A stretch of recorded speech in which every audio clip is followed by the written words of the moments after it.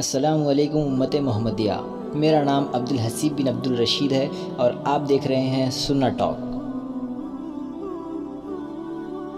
آج کی اس ویڈیو میں کچھ زیادہ ہی گہری اور ضروری باتیں کرنے والا ہوں، تو آپ سب سے گزارش ہے کہ میرے اس ویڈیو کو غور و فکر سے دیکھیں اور سنیں، اور میرے اس ویڈیو کو بیچ میں کہیں پر بھی سکپ مت کریے گا، کیونکہ آدھا علم بہت ہی زیادہ خطرناک ہوتا ہے۔ اور ویڈیو کو آخر تک دیکھنا، کیونکہ آخر میں نے آپ سب کے لیے ایک سوال پوچھا ہے۔ تو آج کا میرا عنوان ہے شرک۔ پہلے تو ہم یہ جان لیتے ہیں کہ شرک کیا ہے، شرک کسے کہتے ہیں۔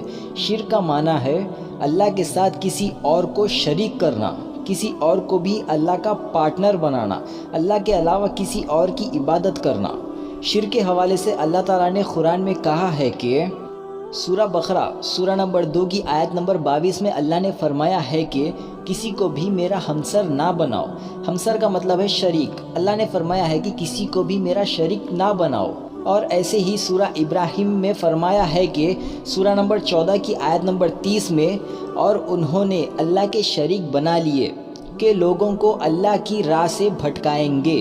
اور نبی کریم صلی اللہ علیہ وسلم نے کہا ہے کہ جس کسی نے بھی اللہ کے ساتھ کسی کو شریک کیا تو وہ جہنمی ہے۔ نبی کریم صلی اللہ علیہ وسلم نے کہا ہے کہ یہ شرک 70 قسم کا ہوتا ہے، اور اس 70 قسم کے شرک کو 2 بڑی مرکزی شکل میں بانٹ دیا گیا ہے، اور وہ ہے شرک الاکبر، شرک الاصغر۔ ابن قیم رحمہ اللہ، جو کہ شاگرد ہے ابن تیمیہ رحمہ اللہ کے، انہوں نے شرک کی 70 قسم کو 4 بڑے عنوانات میں بانٹ دیا ہے، یعنی 4 میجر کیٹیگریز میں بانٹ دیا ہے، اور وہ ہے شرک المحبہ، شرک الدعا، شرک الاطاعت، شرک الریا۔ اب ان کیٹیگریز میں سے شروع کے 3 کیٹیگری آتے ہیں شرک الاکبر میں، اور شرک الاکبر کرنے والا اسلام سے خارج ہو جاتا ہے، یعنی اسلام سے باہر ہو جاتا ہے۔ اور شرک الریا آتا ہے شرک الاصغر میں۔ اس کو کرنے والا اسلام سے خارج تو نہیں ہوگا، پر اس کا یہ عمل شرکیہ ہی ہوگا۔ اور پہلی کیٹیگری ہے شرک المحبہ۔ اس کا مطلب ہے محبت کا شرک، یا پھر محبت میں آ کر شرک کر دینا۔ اس کے حوالے سے اللہ تعالیٰ نے قرآن میں فرمایا ہے کہ اور تم انسانوں میں کچھ ایسے لوگ ہوں گے جو اپنی عبادتوں میں میرے ساتھ دوسروں کو شریک کر دیں گے۔ وہ لوگ ان سے ایسے پیار کریں گے جیسے وہ اللہ سے پیار کرتے تھے۔ پر جو لوگ ایمان لائے ہوں گے وہ لوگ اللہ تعالیٰ سے زیادہ کسی اور چیز سے پیار نہیں کرتے۔ اب میں آپ کو سمجھاتا ہوں۔ نماز اللہ کی سب سے افضل عبادت ہے، اور جو نماز میں ہم سجدے اللہ کے سامنے کرتے ہیں، ویسے ہی سجدے آج کل کچھ لوگ قبروں کے سامنے کرتے ہیں، انسانوں کے سامنے کرتے ہیں۔ اور اب اگر کوئی ایمان والا ان سے کہے کہ یہ شرک ہے، ایسے مت کرو، تو کہتے ہیں کہ یہ ہم محبت میں کرتے ہیں، عزت اور احترام دینے کے لیے کرتے ہیں، اور کہتے ہیں کہ ہماری نیت عبادت والی نہیں ہے۔ اور وہ لوگ صحیح بخاری کی پہلی حدیث کوٹ کرتے ہیں، انی اعمال بالنیات، عمل کا دار و مدار نیت پر ہے۔ تو میں ان سے یہ پوچھنا چاہتا ہوں کہ اگر میں وضو کر کے مندر کے سامنے ٹھہر کے نماز پڑھ سکتا ہوں، کسی مورتی کے آگے ٹھہر کے نماز پڑھ سکتا ہوں، کسی مورتی کے سامنے ٹھہر کے سجدہ کر سکتا ہوں، حالانکہ میری نیت اللہ ہی کی عبادت کرنے کی ہے، پر پھر بھی میں ایسا نہیں کر سکتا، تو آپ کسی قبر کے سامنے سجدہ کیسے کر سکتے ہو؟ شرک ہے یہ شرک۔ اپنی عقل سے سوچو اور شیطان کی گمراہی سے بچو۔ چاہے آپ کی نیت یہاں پر صحیح ہی کیوں نہ ہو، پر آپ کا عمل نبی کریم صلی اللہ علیہ وسلم کی سنت سے ٹکرا رہا ہے۔ نبی کریم صلی اللہ علیہ وسلم نے ایسا کبھی نہیں کیا تھا۔ اور اسی شرک میں آپ اللہ کے جیسے، اللہ کے جتنا یا پھر اللہ کے برابر بھی کسی سے محبت نہیں کر سکتے۔ خود رسول اللہ صلی اللہ علیہ وسلم سے بھی نہیں کر سکتے، نہ اللہ سے زیادہ نہ اللہ کے برابر، کیونکہ رسول اللہ صلی اللہ علیہ وسلم مخلوق ہے اور اللہ رب العزت خالق ہے۔ تو ظاہر سی بات ہے، ہم اللہ سے بڑھ کر کسی کو بھی محبت کیسے کر سکتے ہیں؟ اگر ایسا کر رہے ہو تو وہ بھی شرک ہوگا۔ اب دوسری کیٹیگری ہے شرک الاطاعت۔ اس کا مطلب ہے اطاعت کا شرک۔ تو اب اس کیٹیگری میں اگر ہم زندگی جینے کے لیے اللہ کی کتاب اور نبی کریم صلی اللہ علیہ وسلم کی حدیث سے زیادہ کسی بھی دنیاوی کتاب یا کسی کا حکم کو اہمیت دیں گے تو وہ شرک ہوگا۔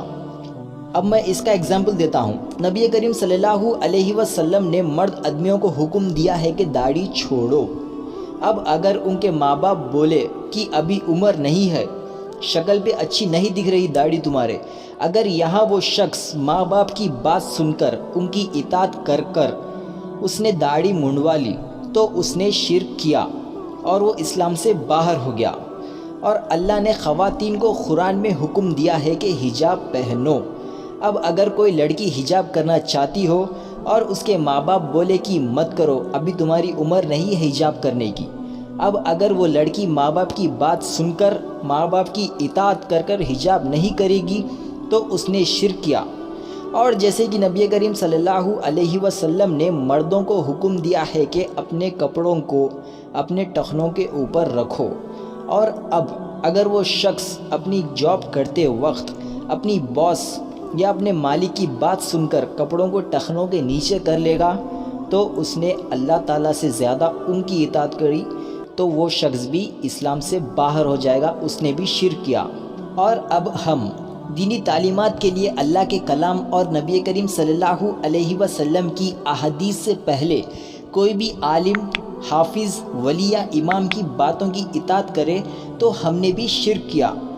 اللہ نے شرک الاطاعت کے حوالے سے قرآن میں کہا ہے کہ ان لوگوں نے اللہ کو چھوڑ کر اپنے عالموں کو اور مریم کے بیٹے کو اپنا رب بنا لیا، حالانکہ انہیں صرف ایک اللہ کی عبادت کرنے کا حکم دیا ہے۔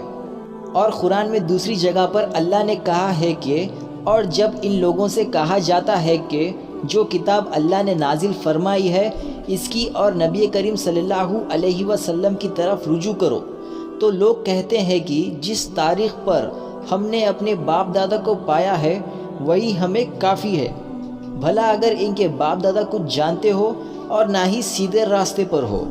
تو اب اس آیت کا مطلب ہے کہ جو تمہارے باپ دادا کر رہے ہیں اس پر عمل مت کرو، بلکہ دین کی تحقیق کرو اور جو حق اور صحیح ہے اس پر عمل کرو۔ اب تیسری کیٹیگری ہے شرک الدعا۔ اس کا مطلب ہے دعا میں شرک۔ اللہ کے علاوہ کسی اور سے دعا مانگا تو وہ شرک ہوگا۔ یہ سب میں اپنی خودی سے نہیں کہہ رہا، یہ سب ابن قیم رحمہ اللہ کی تحقیق ہے۔ دعا مانگنا اللہ کے علاوہ کسی اور سے، جیسے کہ دعا ایک اللہ کی عبادت ہے، تو ہم یہ اللہ کے علاوہ کسی اور سے کیوں مانگے؟ درگاہ پر جا کر ولیوں کو کہنا آپ ہماری یہ دعا اللہ سے قبول کرواؤ، اور ان کے وسیلوں سے دعا مانگنا، کیا آپ نے کبھی تحقیق کی ہے کہ کیا یہ جائز ہے یا نہیں؟ جب اللہ نے قرآن میں کہا ہے کہ جب کوئی پکارنے والا مجھے پکارتا ہے تو میں اس کی دعا کو قبول کرتا ہوں، اللہ نے قرآن میں صاف صاف بتا دیا ہے کہ تم مجھے پکارو، میں تمہاری دعاؤں کو قبول کروں گا، تو کیا ضرورت خبروں پر جا کر دعا مانگنے کی؟ جتنی دعا خبروں پر مانگتے ہو اتنی ہی اگر اللہ کے سامنے مانگ لے تو قسم ہے اس رب کی جس کے ہاتھ میں میری جان ہے، وہ ان دعاؤں کو بھی قبول کرے گا جو تم نے نہیں مانگی اور جو تمہارے دل کی گہرائیوں میں ہے۔ اور اب کچھ لوگ دعا مانگتے ہیں رسول اللہ صلی اللہ علیہ وسلم کے حوالے سے، تو ان لوگوں کو میں اس بات کے لیے نبی کریم صلی اللہ علیہ وسلم کی یہ حدیث کا حوالہ دینا چاہتا ہوں۔ صحیح بخاری حدیث نمبر 1010، حضرت انس رضی اللہ عنہ سے روایت ہے کہ جب کبھی بھی سوکھا پڑتا تھا، عمر بن خطاب رضی اللہ عنہ، عباس بن ابو طالب رضی اللہ عنہ جو کہ نبی کریم صلی اللہ علیہ وسلم کے چاچا ہے، ان کے وسیلے سے دعا کرتے اور کہتے اے اللہ، جب پہلے کبھی سوکھا پڑتا تھا تو ہم نبی کریم صلی اللہ علیہ وسلم کے وسیلے سے دعا مانگا کرتے تھے اور آپ بارش برساتے تھے، اور اب جیسے کہ نبی کریم صلی اللہ علیہ وسلم دنیا میں موجود نہیں ہے تو میں ان کے چاچا کے وسیلے سے دعا کرتا ہوں۔ اس حدیث سے ہمیں یہ سمجھ آتا ہے کہ جب تک نبی کریم صلی اللہ علیہ وسلم موجود تھے تب تک ان کے وسیلے سے دعا مانگنا جائز تھا، اور پھر ان کی غیر موجودگی میں عمر بن خطاب رضی اللہ عنہ نے بھی ان کے وسیلے سے دعا نہیں مانگی، تو ہم کون ہوتے ہیں آج ان کے وسیلے سے دعا مانگنے کے لیے؟ اور اگر ہر بار ان کے وسیلے سے دعا مانگنا جائز ہوتا تو اللہ نے قرآن میں 75 دعائیں ڈالی اور کسی بھی دعا سے پہلے کسی کا بھی وسیلہ نہیں لگایا۔ ایسا کرنا بھی شرکیہ عمل ہوگا۔ جو لوگ اس دنیا میں موجود نہیں ہیں ان کے وسیلے سے دعا مانگنا شرک ہے۔ یہ 3 کیٹیگریز آتے ہیں شرک اکبر میں، اور یہ 3 عمل کرنے سے ہم اسلام کے باہر ہو سکتے ہیں۔ اب چوتھی اور آخری کیٹیگری ہے شرک الریا، دکھاوے کا شرک۔ یہ کیٹیگری آتی ہے شرک اصغر میں۔ یہ عمل کرنے والا اسلام سے باہر تو نہیں ہوگا، پر اس کا یہ عمل بھی شرکیہ لکھا جائے گا۔ اب اس کے بارے میں آپ کو سمجھاتا ہوں۔ اگر کوئی شخص ایسا سوچے کہ اگر میں داڑھی چھوڑوں گا تو لوگ میری عزت کریں گے، اور یہ سوچ سے اگر وہ داڑھی چھوڑتا ہے اللہ کے حکم کے باوجود، تو اس نے شرک کیا۔ اور اس کا سب سے چھوٹا ایگزامپل یہ ہے کہ اگر میں کسی مسجد میں امامت کروں، نماز پڑھانے لگوں، اور ایک دن نماز پڑھنے میرے خاص دوست آ جائے، اور اگر اب میں نے اپنی نماز کی قرات کو خوبصورت کر دیا، یہ سوچ کے کہ میرے دوست سنیں گے اور میری تعریف کریں گے، مجھے عزت دیں گے، تو جان لو یہاں پر میں نے شرک کیا، اور اللہ کے علاوہ کسی اور کی قسم کھانا یہ بھی شرک ہے۔ تو یہ تھا شرک کی قسم کے بارے میں تفصیلی علم۔ اب آپ سب کے لیے ہے ایک سوال، کوئی اگر شرک کر رہا ہو تو اس کو آپ کیسے نصیحت کریں گے کہ شرک نہ کرو؟ اس کا جواب آپ کو کامنٹ سیکشن میں دینا ہے، اور کامنٹ کرتے وقت یہ بھی یاد رکھیے کہ آپ کا کامنٹ سالوں تک کامنٹ سیکشن میں ہی رہنے والا ہے، تو کچھ بھی غلط شبد کا استعمال نہ کریں۔ آخر میں اللہ سے دعا ہے کہ ہمیں اس شرک سے بچائے، اور جو لوگ شرک کر رہے ہیں ان کو ہدایت دے اور سیدھے راستے پر چلائے۔ آمین یا رب العالمین۔